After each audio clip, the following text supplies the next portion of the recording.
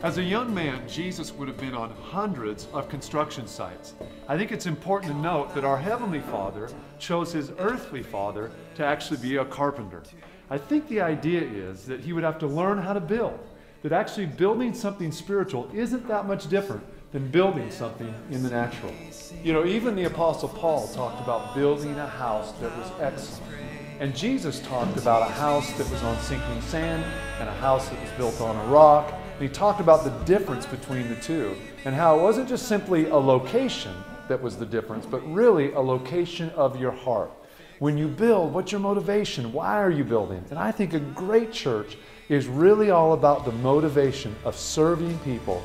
That really is the solid rock that we build on. You could have one house in one neighborhood that was worth $400,000 or $500,000. Take the same house, put it in another neighborhood, it could be $2 million, just based on the location. The church is just simply a spiritual house. It's our Father's house. And I think that most of us, when we think of a house, if we'll get that vision inside of us of what it takes to really put a house together. I remember when Lisa and I bought the first home that we really thought was large enough for a family. We had owned a few small homes, kind of starter homes, and we couldn't really afford buying like a big, nice, brand new home. But we bought a home that was a fixer-upper. It was about 2,700 square feet, and it was a money pit. I mean, it was 1960s personified. There was an avocado sink in the kitchen.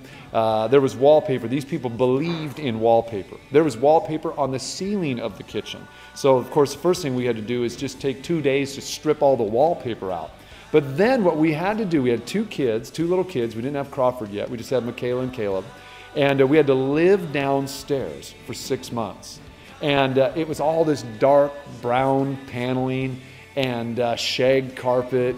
And it was just, I mean, it was terrible. You know, I think there are so many gifts and talents that go into a home that people just forget about sometimes. From the architect to the finish work to everything in between, it takes so many people to put together a house that a family will walk in one day and say, you know, this is where we would like to dwell. This is where we'd like to raise our kids and where we'd like to cause our life to flourish.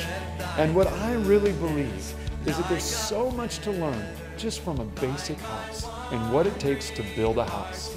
And as a church, I think we need to celebrate all the different gifts and all the different talents. You know, you never really know on any given Sunday morning what gifts and what talents are sitting right next to you.